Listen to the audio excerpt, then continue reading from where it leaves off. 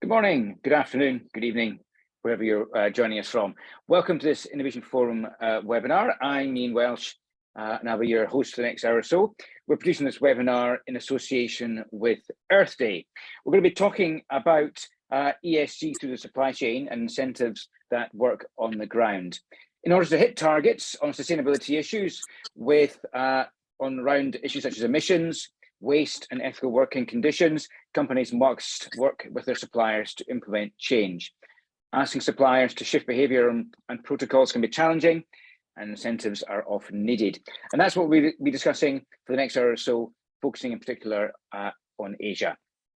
Firstly, though, it's a great pleasure to invite Karuna Singh, Regional Director for Asia at Earth Day Network, to make a few opening remarks. Karuna. Hello, namaste to everyone. As Ian said, I'm Karuna Singh. I'm with earthday.org, an organization that grew out of the first Earth Day 53 years ago on the 22nd of April, and today engages with over 50,000 organizations in 190 countries to take the environmental movement forward. I'm so glad to share with you that two of the panelists here also we have worked with. We have Sonam Wangchuk, who is our ambassador. We are so privileged to have him as ambassador, the man who got the Rolex Prize for his ice stupas. And we have Satya here from Kheti, who we were so honored to feature in our book for the wonderful work they do to save water. This Earth Day, the theme is Invest in Our Planet. It calls upon everyone, whether you're individuals, corporates, businesses, governments, just about everyone, to come together in a partnership for Earth. And the program today is just that. Congratulations on it.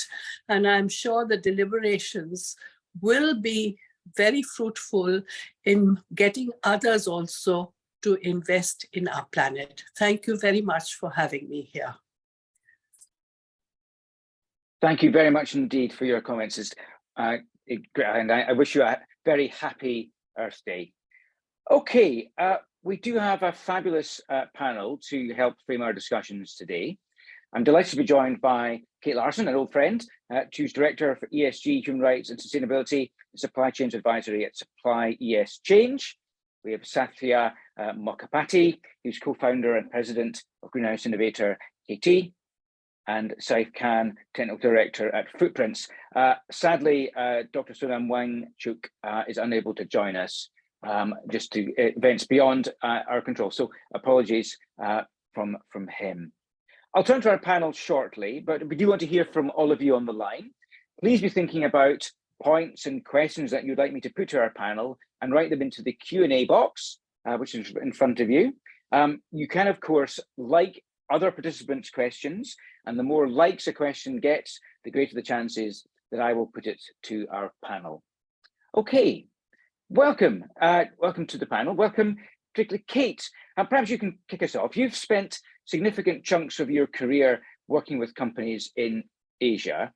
What do you see as the main emerging supply chain, environmental and social challenges in Asia right now, Kate? Kate, you're on mute. I'm off mute now. Hi, thank you very much. So just to clarify, I've worked with Western brands, working with Asia supply chains, and then obviously in that process, I was in and out of factories and projects across Asia, China through to India, Sri Lanka, etc. I'll just firstly say, though, that I'm honored to be on this panel with Saif and Satya. Satya winning the Moonshot Prize, which I saw on TV some months ago, which is super inspiring. And Saif, who is an associate of our team, but runs his own business and team out of Hong Kong. And so I know the depth of the amazing work he and team do on particularly social and investigating and helping end forced labor, but also touching on the environment, how companies are working with suppliers in Asia on environmental issues. So what do I see as some of the main channels? And obviously the insights of Saif and Satya will be even more important, but at least for me to respond to that question. the first point would just be we're one planet together. So it doesn't matter the difference in Asia versus the West, so to speak. We all need to work to end ecological destruction, climate change being a key piece of that. But I live near the sea, and so I see, I'm involved in a lot of conversations and with the client Clean Hub on the plastic waste issue as well. And you see that a lot more on the ground in Asia. You see that impact on people's livelihoods in communities in Indonesia, for example, who we've been working with, what I did recently visit. And that conflated with the fact that people are already often living in more poverty. And we've been, Asia's been making amazing progress on ending poverty in my time in China, in other countries. We used to talk, I studied about the Asian tigers, the amazing economic development success they've been in improving livelihoods, but nevertheless, ecological destruction impacts and fights against that. And I would also just point out, I think it's really important for people to understand two things that I'll summarize and finish with, which is one, that post-COVID, unfortunately, a lot of Western brands in particular chose to not pay suppliers in Asia in particular, who had already been contracted to produce particularly garments, but other consumer goods. And some of these were fully sewn, packed, labeled, branded, shipped, sitting in containers in ports, ready to ship to the West, and brands refused to pay them. So we've seen one lawsuit about that against one Western brand recently, and a big movement to respond with the Pay Up Fashion campaign. But the impact of that is poverty, because people who had already done the work were not paid. And that also makes it harder for factories who we are asking as Western brands to work on environmental improvements to do that when they've just been through this incredibly rocky 3 years of survival. And so I think if we talk about incentives, I'll move that over now to some of our other speakers. We can loop back with Saif shortly on how that is perverse in terms of incentives. We want these standards, and yet we're not paying and we're not engaging and being business partners together to deliver the environmental and social improvements everybody wants to see. So I know some of you on the call were perhaps from more responsible companies who did pay, but I just want to bring that elephant in the room, that first paying fair prices, engaging, and ensuring also that the whole industry has to do that so that collectively we can solve all our problems together. Thanks, Kate. Do you think that the relationships between brands then and their suppliers, have they irretrievably worsened following those sort of payment issues? Or have they changed? And do you think, can you see the relationships improving on the way back? From where I sit, and having seen movements such as Bangladeshi suppliers getting together to create organizations which will collectively help them deal with these challenges, it doesn't seem irretrievable, although some suppliers, factories have closed and things like that. So for those individual factories, it was irretrievable and those workers lost jobs. But I'll also leave that question to Saif as well, because he'll know a bit more than me as well. Okay, thanks, Kate. Lots to come back on there. Saif, I'll come to you in a bit. I want to go bring in Sathya just now. Sathya, we lost you briefly there. I'm delighted to see you've come back. Sathya, why don't you tell us a little bit about your award-winning greenhouse-style products and how they specifically help farmers? In particular, I wonder if you can just tell us how these products provide incentives for farmers to produce lower impact products for their buyers. Sathya. Thank you. Thanks for this opportunity, team. So firstly, when you think about designing products and services, including supply chains in today's time and age, there is a lot of times an anchor around a green premium, particularly in sustainability space, that you assume that there has to be a premium for something that is produced in a sustainable way. Increasingly, the world has seen, even with EVs and other interesting technologies, that the market still compares that with, say, compares an EV with a combustion fuel engine. and sees, how does it work for me? So this is the reality. So starting there, I think we need to start building a solution. We actually started building a solution which has a strong value proposition where incentives are embedded in the value what this technology provides. For example, what we do at Kheti is we build affordable small modular greenhouses for smallholder farmers, which sit in 1/10 of an acre, which use 2% of water compared to what farmers use in open field to grow the same amount of food. And with that, we get to double the farmer's income by adding, more specifically, about $500 to $1,000 of additional money in the pockets of smallholders who barely earn that much per year. Now, there are a few interesting points that I want to double click on. Here, when we designed, we kept a smallholder farmer in the center of the entire design process. What are the realities? What are their unmet and unarticulated needs? And some of them are really interesting. They don't come across in the headlines of newspapers or sustainability journals. Like in India, if you're designing for producing food and trying to build a sustainable supply chain, you need to factor in protected farming, a solution which ensures that farmers don't have the monkey menace, which probably is not a problem which farmers in other parts of the world talk about. So now this is a small nuance just to get us to think about the realities and talk about, okay, wait, it's not about a fancy solution out there, but how do you really build what the farmers want? And one of the things that we started with was, what is an industrial size greenhouse largely in the West? How does that look, and how do the economies work? And if you bring them down to a smallholder, how do those economies work? And how can we make it efficient? It should not be 1x, 2x better. It should be like 5 to 10x better compared to what the farmer is otherwise doing. So what we kept in mind is to grow the food what they normally grow, like particularly in vegetables, the vegetables which they normally grow. How do we grow those vegetables in greenhouses? Honestly, when we started in India, the general belief was in greenhouses, we can grow only 2 or 3 or maximum 10 exotic vegetables. Now, we don't even consume 1% of that. That's not even the 1% of vegetable basket in India. We need to, when you really want to decarbonize the supply chains and when you want to build a sustainable solution, you have to think about what is this 80%, 90% of the bulk gonna look like? What do they eat? How do we grow that food? And bearing that in mind, we said, okay, if potatoes are grown in northern part of India and they're transported all over, similarly, tomatoes are grown in some parts of India and transported to other parts of India, how difficult is it to actually do more localized production?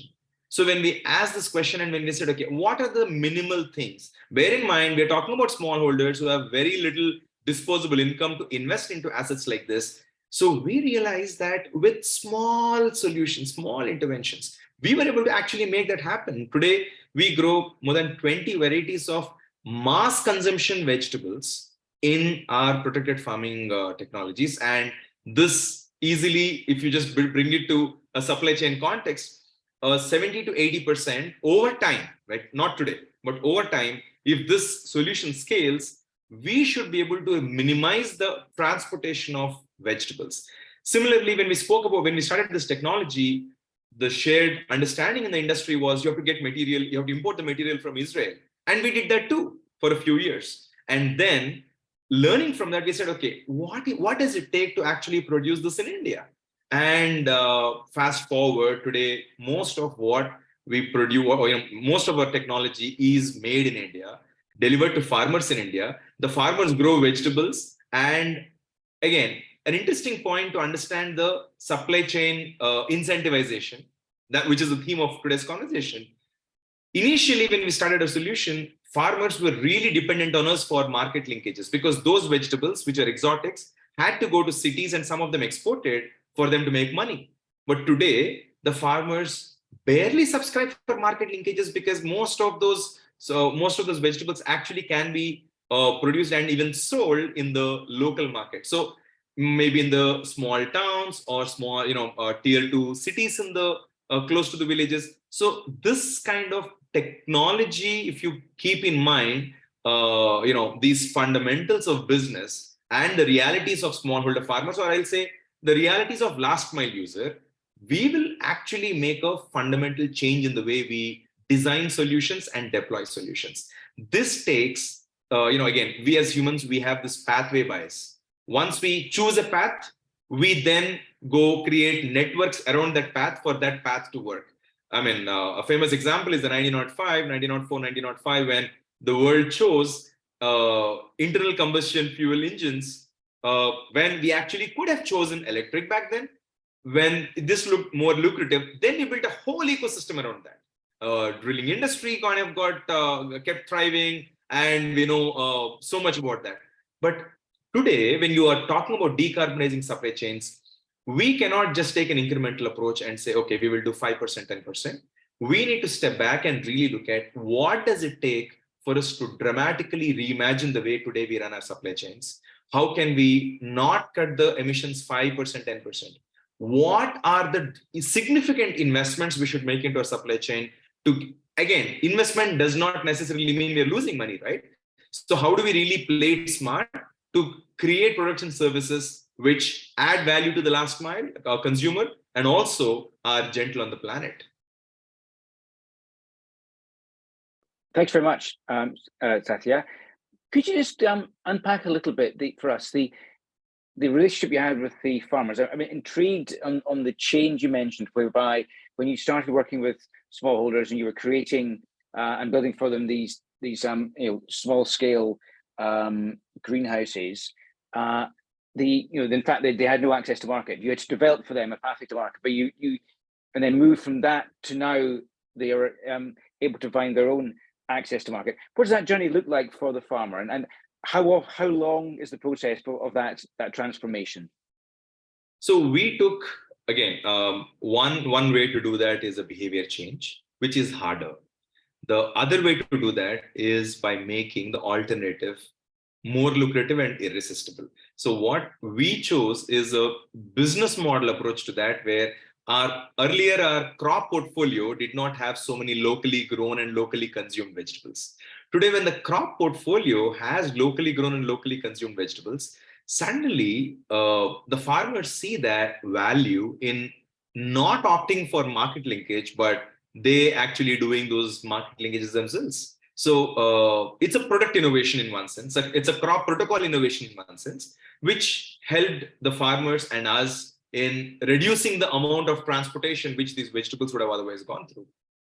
And it took us about close to 4 years to get there. Sure, it's not easy. I mean, some farmers absolutely dislike the fact that we started talking about phasing out the market linkage, but within a year, nobody spoke about it. And when we actually went back to take a survey, they said, yeah, it's a good to have, but yeah, we are doing pretty fine. So, which is a great sign. Yeah, no, absolutely. Thanks very much for that. Again, lots we can come back on. Audience, looking forward to your questions. I can guarantee you right now, if you put a question in, it will get answered because we haven't got any yet. So please do put your questions using the Q&A box. As I said before, once we get some questions, you can start liking them, and so they will be ranked in terms of the number of likes. The more likes a question gets, the more it will be answered, or more likely to be asked and then answered. So as I said, if you put one in right now, I guarantee it will be asked because it'll be the first question. So I look forward to receiving your questions shortly. So thanks very much indeed. Saif, let me turn to you.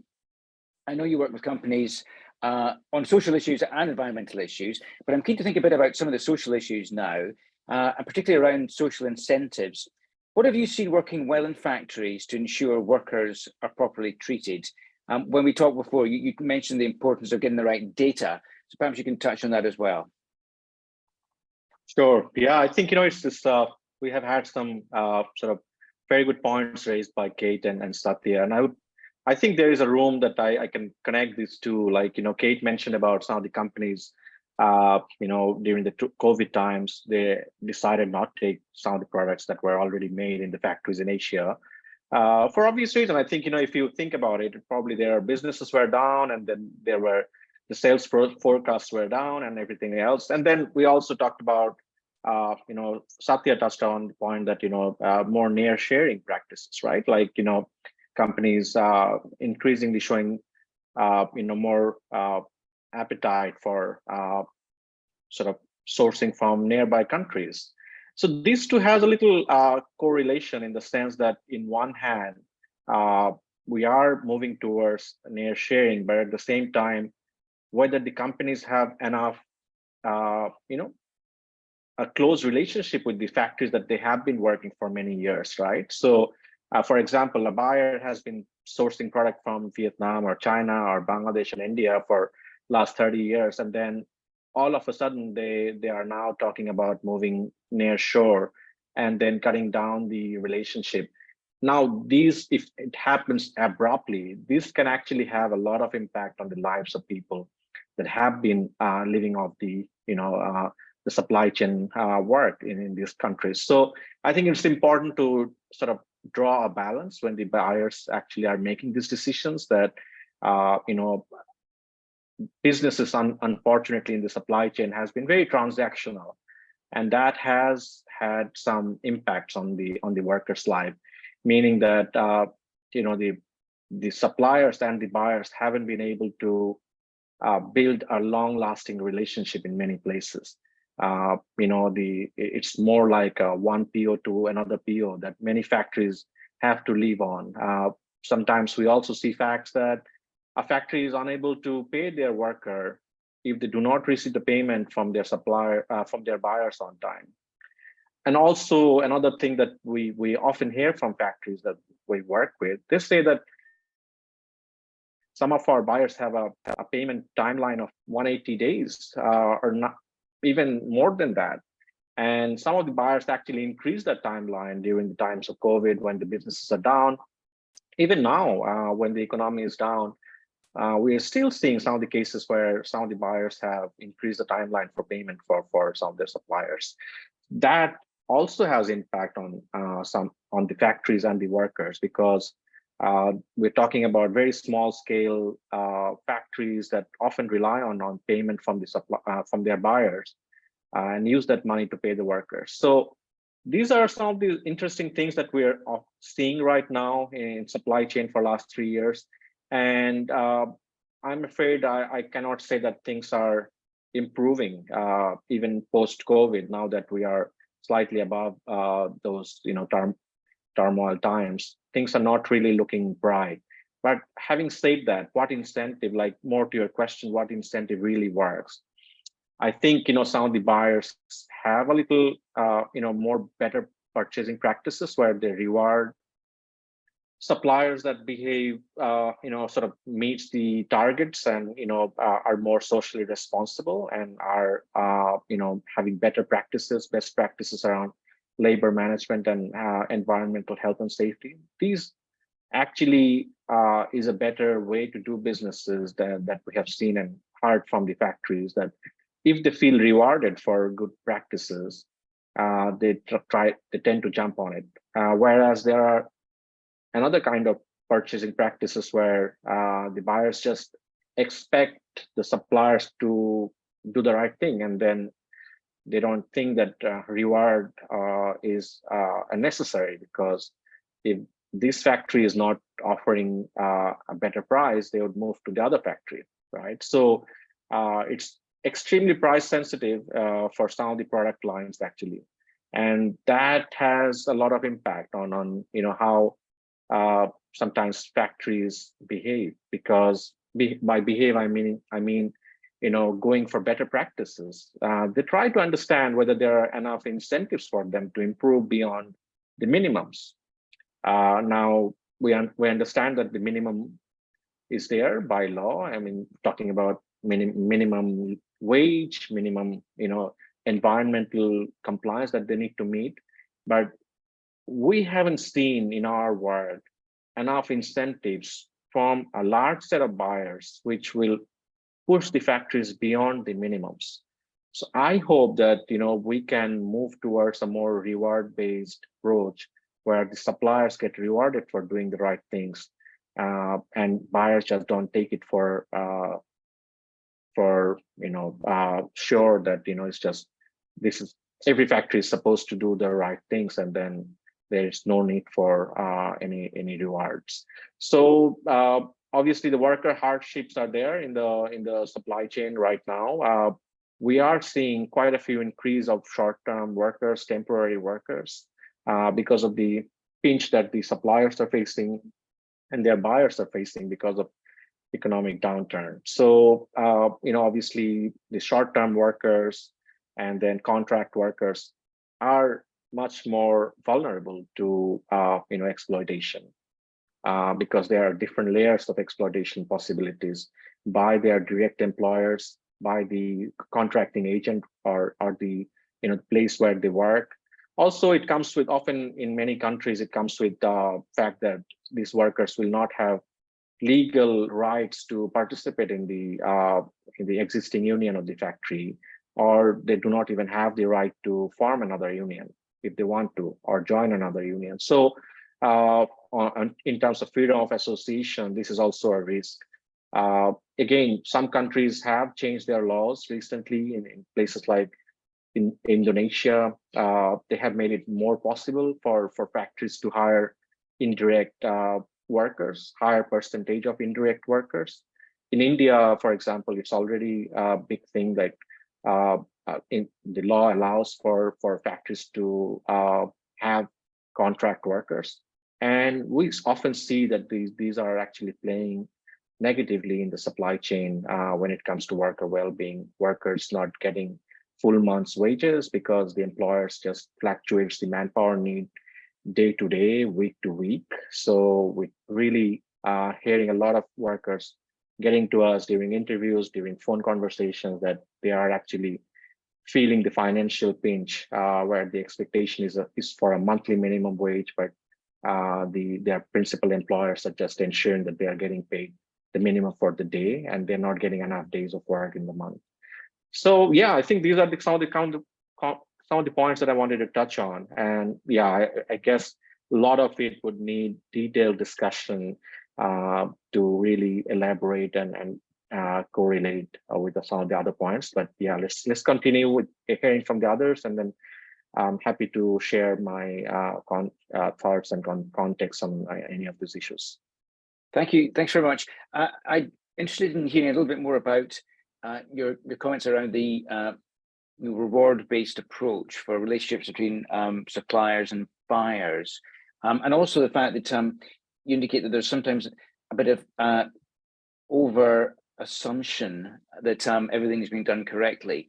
In terms of reward-based approaches, then, what for example can you give us something where that works well? What does that look like on the ground?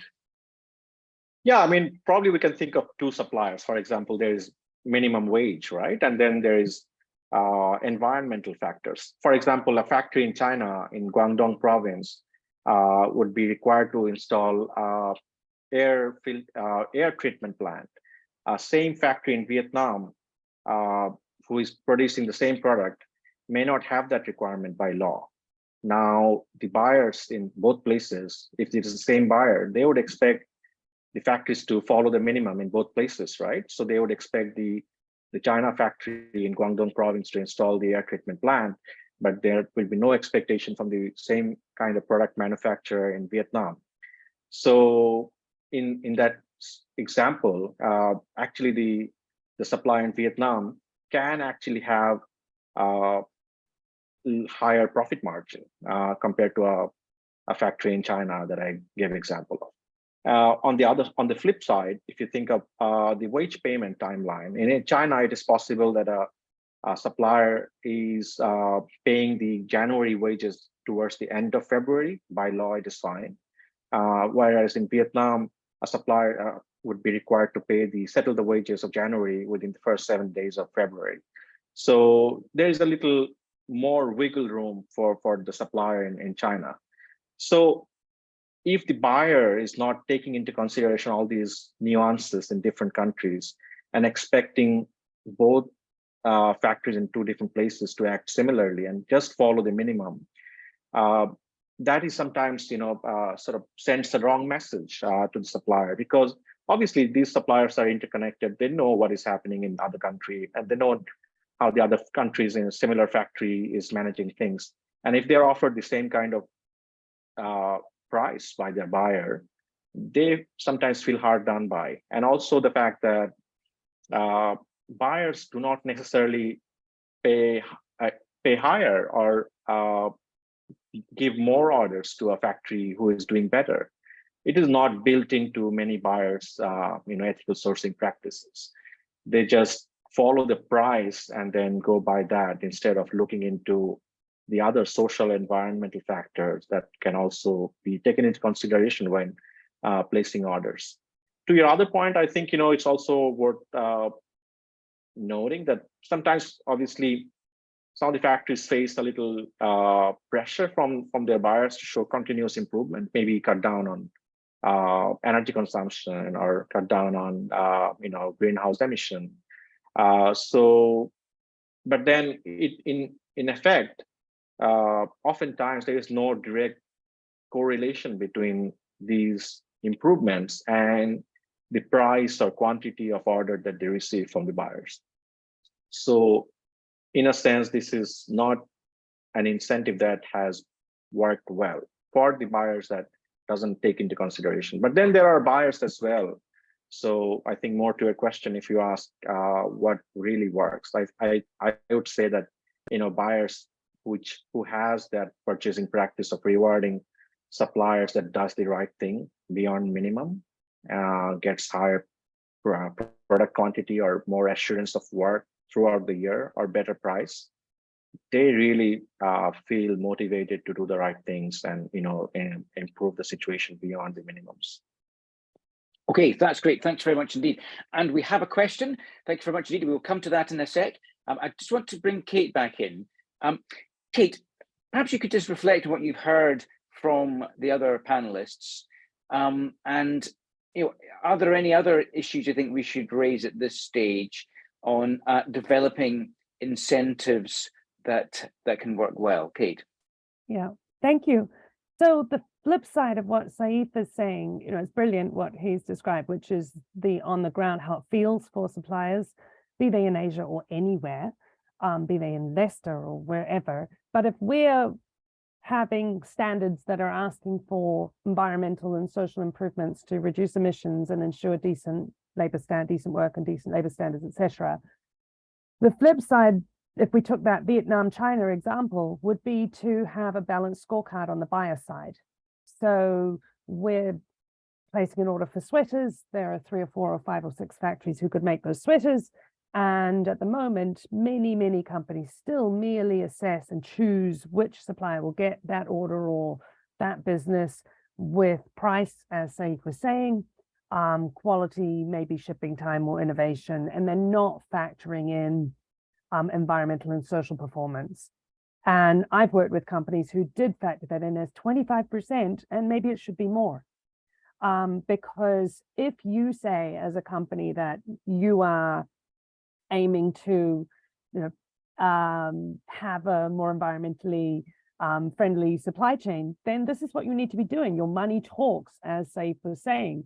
And we need to, and also your money talks in that you will not only give the reward that inspires that improvement, but the next level of that, would be also incentivize the innovation, which Satya was talking about, which is what we need. We don't have time. It's Earth Day.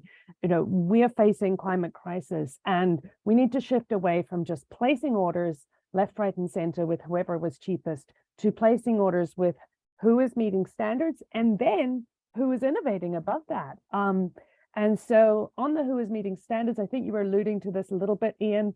Saif is usually often very humble. I'd just like people to know. I've seen the work of his and Verite and Impact and others over the years, and I absolutely rate his work up there with theirs, that he really knows what's going on. He and his team with factories across Asia, being a Bangladeshi himself who lives in Hong Kong. And so he was alluding and being a bit sensitive about the fact that what I've seen on the ground and he's seen a lot of as well is falsification. And the reason he was being humble about and careful about that is that I think he and I both believe that you can't blame suppliers for having fake records or giving fake data. As Saif was trying to say, we're not creating the right incentives. We're not doing the right work necessarily on our side digging in. And so my approach in China in particular used to be really get into a supplier, and I speak Chinese, walk around, understand their operations, compliment them for the amazing product they're making, for the operation they run. And then, you know, you start to learn just by walking around a facility, get a feel for what the likely possible level of compliance might be, and just have a really open conversation about the fact that, you know what, I know that most of you in your industry are facing issues around, it's really hard to not exceed working hours targets. That also means that you probably can't pay everybody all the real overtime all the time, but we do need to close that gap. And, you know, you discover sometimes suppliers who are not paying the actual base legal minimum wage to all workers as well. And then obviously Saif's dealing with foreign contract workers in Malaysia, where it is the norm that most foreign contract workers are in bonded labor, forced labor, modern slavery. And so you've just got to be really realistic in this work and open and understanding of the problems, and therefore the engagement needed around, and that incentives and innovation, that listening that Satya talked about monkeys being the issue for those farmers. What are the issues in China? Social insurance used to be an absolutely massive issue in China. In Malaysia, there are certain particular issues for factories with foreign contract workers. And so if there's a much more open conversation about, you know what, the reality is these issues are real, as Saif was alluding to, that Vietnam environmental emission standards might be lower at some time.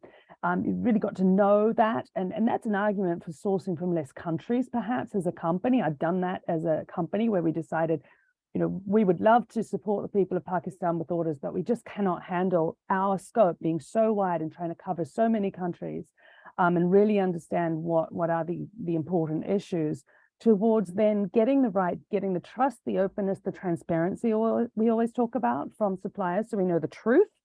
And once we know the truth of their situation, we're able to hear from them, as Satya and Saif were alluding or describing, some of the actual situations they're dealing with, the root cause behind what we call problems, and as Saif is saying, problems for workers, and therefore start to move into solutions that match those problems. And when it comes to solutions, that can be quite expensive to do lots of trainings and things.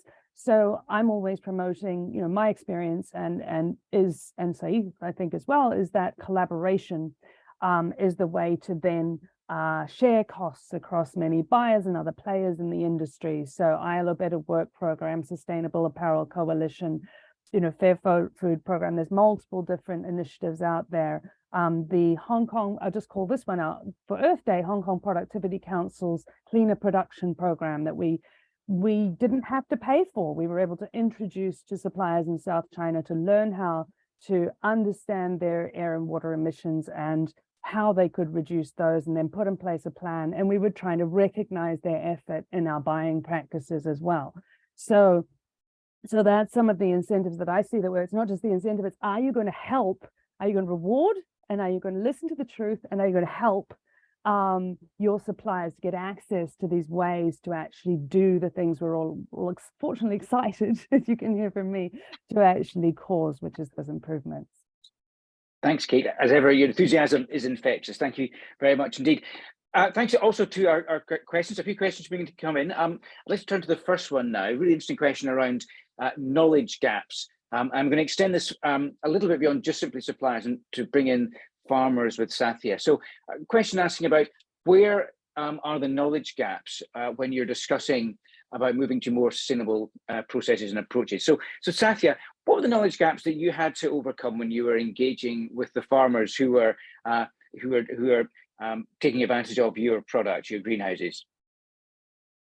I just want to be sure I heard your question right. Yeah, so you're talking about what knowledge gaps we encountered as an organization in working with farmers? Yeah, when you had to persuade farmers of the benefits of because obviously what you're suggesting to them was a significant change in the way that they go about their farming. So what were the knowledge gaps that you had to overcome? Oh, well, I think this is, I never studied agriculture in my school. So, you know, it started with we understanding the first principles of what farming mean, and then what climate smart farming does. And overwhelmingly, climate smart farming involved a lot of plastic. And, you know, even the practices inside the farm require, even today requires, forms of plastic. So we had to first understand what this technology does and really bring it down to bare bones for us to understand what are the must-haves and what are the good-haves. And then from a farmer's lens, so where do those trade-offs lie in terms of what suits the farmers? The second piece in terms of getting this to farmers, I think we really had to learn the way to, it's not just selling a technology, making sure that the technology works is as important.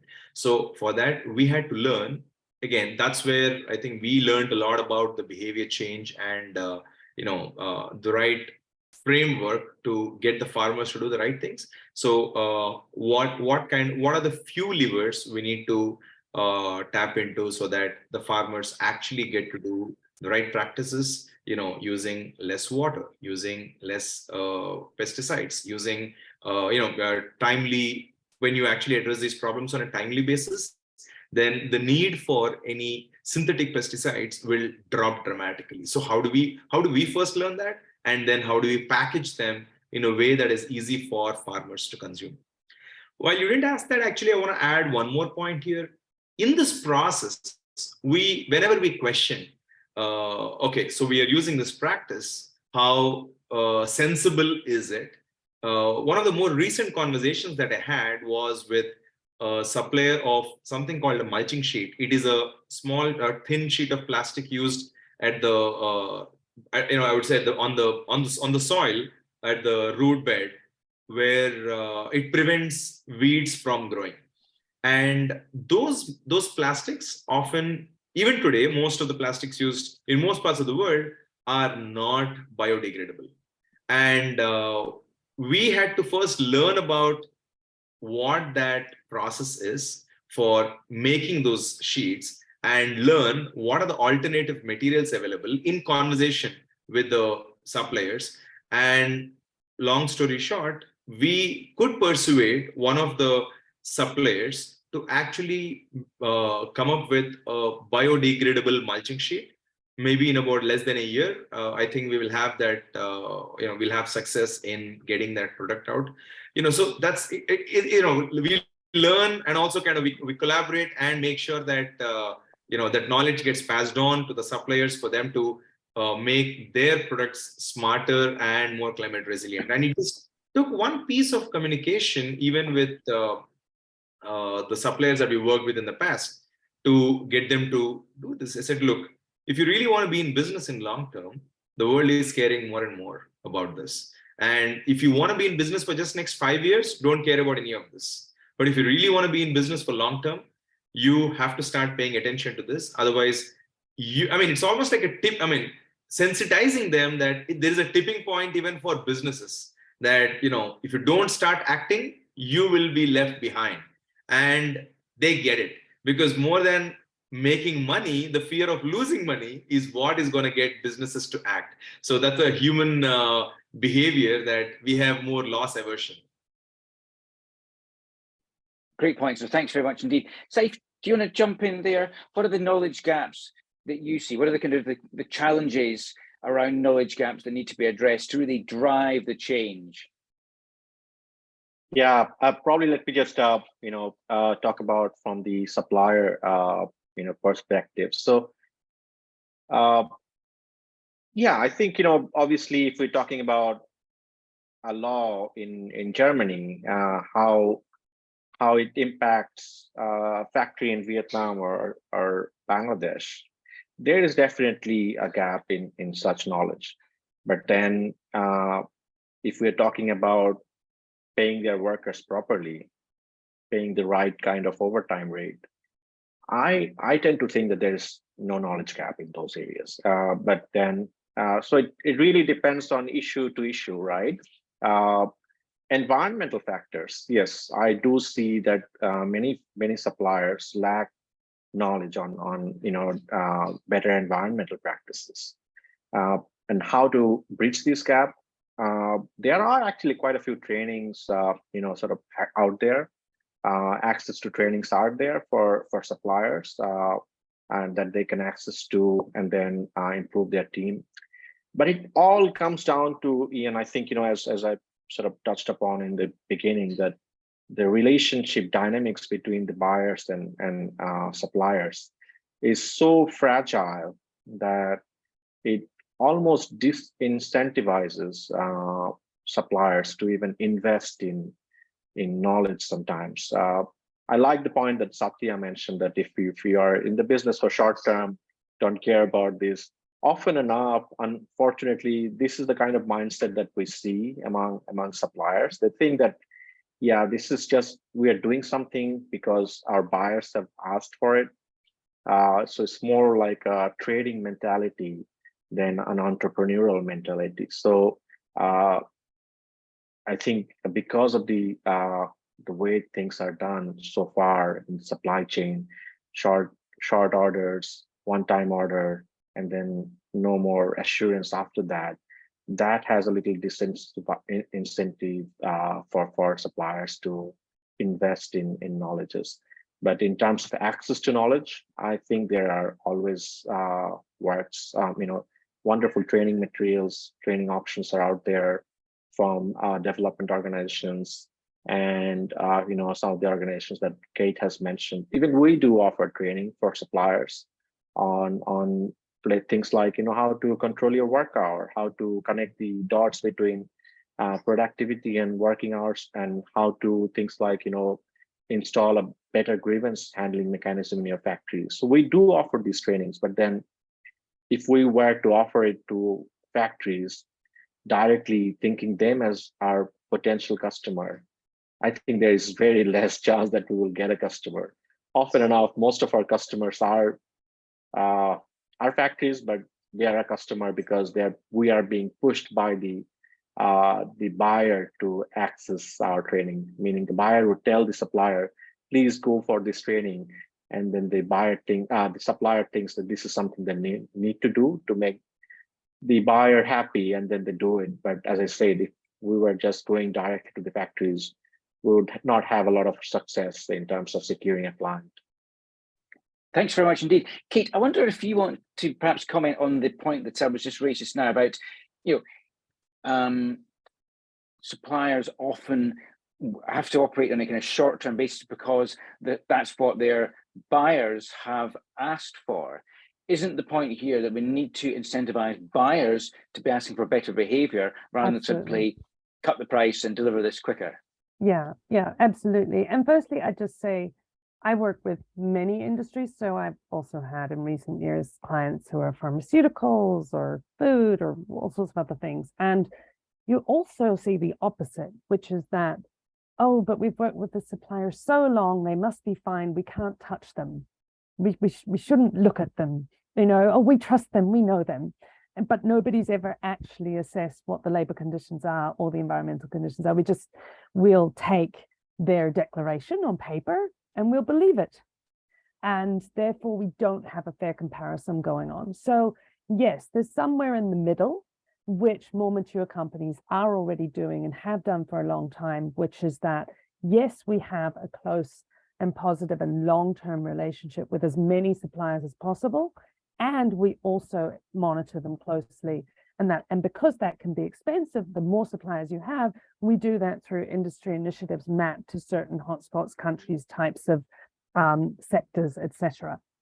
So yes, we need to move away from leaving suppliers at the mercy of short-term orders, and in particular of not being paid in times of crisis. That's the absolute #1 rule of purchasing practices. There's a lot more that companies can learn about how to have responsible purchasing practices from Fair Wear Organization, the Ethical Trading Initiative, and others. And most companies could do with doing quite a bit of that work for their internal teams. And then the even bigger problem there is that that's fantastic for your sourcing, supply chain, purchasing teams, do a lot of that training. But if their incentives from the CFO and the CEO don't align, so I'm a sourcing director or vice president and my incentive is still primarily around margins, and doesn't really factor in both environmental and social performance, but also the integrity of the data, which Saif was alluding to. So are we doing a program that does introduce enough other solutions and is realistic about the fact that we can't just rely on the result, but we actually need to recognize result and effort and then rate on environmental and social. So if we're doing that, then yes, the whole company right up to the CEO should be incentivized to work with the suppliers who are performing in the way that we as a company say we want our supply chain to be, which is more ecologically and socially responsible. And so we still have quite a disconnect that there are, even in quite responsible companies, we're still not really seeing it at the CEO level and saying that to investors, look, margins are not the only thing. You want us to do environmental results and reduce our carbon footprint on the one hand, and yet you're asking just for margins on the other. You know, Unilever's sort of, and Patagonia and a few others have shown that you can be a successful business by talking back to investors and saying, you know what, we want a triple bottom line. Our planet deserves it. And the people who make and move and grow our things deserve it. So there's that factor. And then I also just want to leap to a further factor, which is that as we map what our footprint is and be ourselves a supplier or a buyer, you know, I was involved in a carbon footprinting exercise last year, and I was really glad to see that when the carbon footprinting result hit a chief operating officer of a company, the person looked at that and went, you know what, why don't we, and this is kind of what Satya was touching on, and Satya, I think you were saying that you realized this with farmers, that you were sourcing some material they needed from abroad, and why don't we just produce it here in India? So this COO of a company was saying, oh, why are we bringing in packaging from Asia to Europe and then packaging it? Why don't we just buy from a packaging supplier in Europe? Now, the reverse can apply as well. You know, I've worked with companies where you're bringing in materials from Europe to Asia, and that feeds into the working hours problems, that we're all waiting for these shipments to come. And that's only going to get worse with climate change, with weather patterns and the issues we've already seen around shipping in recent years. So we need some intelligent thinking and innovative approaches going into how we're looking at environmental problems. And as I'm alluding, a lot of them actually affect the social results that we can be responsible for as well, which is that if we help parts of our organizations to localize more and we invest as a company or as a supplier in local sources of raw materials and actually creating locally, then we can take away some of what impacts both the environmental footprint, but also is creating social problems of, you know, factories sitting there waiting for a raw material to come in and everybody having to do overtime next week because last week we didn't have the raw material, which I've seen so many times. So I'll stop there, but okay, thanks. you know, we need that bigger thinking. No, thank you, Kate. Great points. I've got a question for you, Saif. And the question is talking about rewards after the fact. Are rewards after the fact sufficient for improving practices of factories, or is there a need for upfront investment? And when do you know, what's the kind of dynamic between the two? Right. Yeah, this is an interesting question, actually. Yeah, I think it also sort of depends on the size of businesses that we're talking about, and then you know, are we taking the business from its inception, or are we talking about at the current moment? So many of the established buyers actually would be working mostly with very established factories that have been in business for quite a few years. So it is rare to see a buyer going into a greenfield factory. So, but then there are smaller factories and bigger factories, right? So for a 200 worker factory in an apparel or footwear supply chain is considerably very, very small, almost like a 1,000 or 1,200 worker factory would be on average. So these are, you know, just to put it on context, that, you know, if we compare it with a company, a 200 employee company, on the service sector would be a big company, but then a 200 worker factory and a manufacturing business would be a smaller company. So access to funds is a problem for many of these smaller companies. I mean, I can give example for Bangladesh, for example, where the interest rate tends to be very, very high for for businesses. So something around 18 to 19%. So that's way higher than many other places. So sometimes factories have a lot of difficulty to innovate or sort of establish better install better environmental installations. Things like water treatment plant. It's the major, sometimes that we see that it's a major cost for some of these factories. I came across one example where a buyer actually partially funded the installation of a water treatment plant at a factory in Bangladesh. So that's a very good example. Actually, it's not commonly seen, and kudos to the buyer because they identified that this is a critical supplier and they want to hold their hand and move them to a higher level. But then there are other organizations, things like for example, things like IFC also comes up with funds, and then there are development organizations like GIZ. They also have access to funds for some of the companies if they want to install things like water treatment plant. And then obviously the interest rate is a factor. Again, one of the things that really helps buyer or the suppliers to decide on this investment is that they want to see a little assurance in businesses. For example, in Bangladesh, in last 2-3 years, some huge wave of green factories going on. So I think right now Bangladesh sits with the 40 LEED certified factories. So that's a welcoming change after we are also sitting on the month of when the Rana Plaza incident happened many years back. So factories have been improving, and they have been improving on safety side. But then if we're talking about as a whole, Bangladesh still has a lot of catching up to do in terms of working hour, providing better safety conditions for all of its workers in terms of fire and building safety. Yeah. So can I ask you to draw your remarks to close? We're coming towards the end of our time, I'm afraid. Fascinating that it was. I'm sorry to cut you off. I do want to ask a final question to everybody. Sathya, you appear to have lost your light. I hope you're okay. I can still hear us. I'd like to ask our panel, just in closing, to come up with the one single most important thing in finding the right incentives at work. Oh, I think we've lost Sathya, unfortunately. All right, Kate, if you would very briefly, the one thing you want our listeners to take away in terms of how to find the right incentives. Kate. Hi, just unmuted. I think this is where human rights due diligence is a really powerful tool.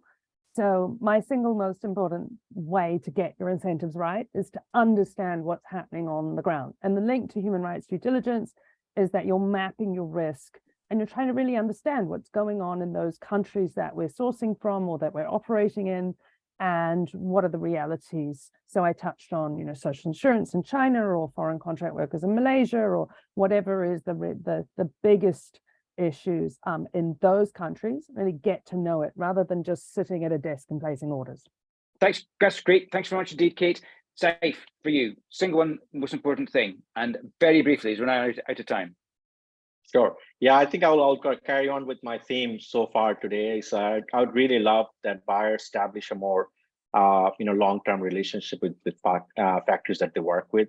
That goes a long way in making improvements in individual factories. The moment that the factories know that this buyer is going to stay with us, has some more, that gives them more incentive to establish better social and ecological practices. Great. Thanks very much indeed. I'm going to have to draw things to a close there. We are out of time. Many thanks indeed to our panelists, to Saif, to Kate, and to Sathya, who unfortunately we have lost. But thank you very much indeed for all your comments and your insight. In China factories. Exactly, absolutely. Yeah, listeners, many of the issues that we've covered will be on the agenda at Innovation Forum's Future of Climate Action online conference from the 12th to the 14th of June. If you want to hear more, then you can sign up for the conference before the end of next week and save £100 on 3-day event passes. And I hope to see you there. Climate action We'll be in touch now. to Do it share now. audio. Yeah, thanks. We'll be in touch to share audio and video recordings of this webinar so you can watch or listen again at your leisure and share with your colleagues. Do head for Innovation Forum's website for more webinars, podcasts and insights, along with everything that we're doing this year. If you're interested in partnering with us on ESG issues, climate change or anything else, do of course get in touch. I hope you found this webinar useful, but for now, I've been Ian Welsh. Thank you for joining us and goodbye. Thank you.